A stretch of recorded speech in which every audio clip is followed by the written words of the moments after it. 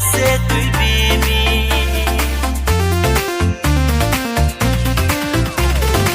sorgon grinang nu mai ha api ha se tui bi mi rit rit si so ya ma rau no grinang se no phai ha rit rit ji so ya ma rao no grinang se no phai ha happy Christmas Hosanna Raza pyo phai si ni Hallelujah Hallelujah ba ju yao ye dong si ko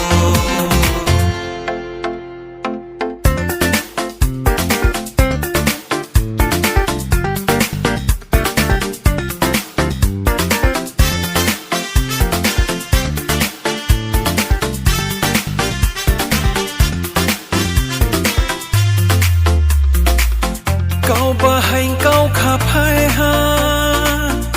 Abraham bai kau salai nai kau bahai kau kha phai ha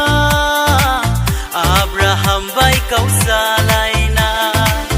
Dwari Daniel no pyo nai ha Sago bago nim phase Dwari Daniel no pyo nai ha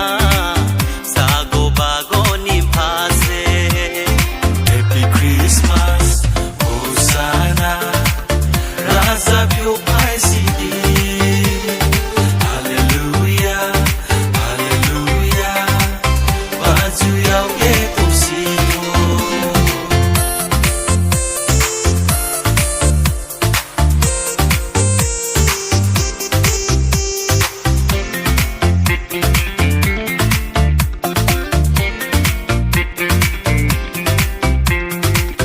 Bi mo suk long suk hai ha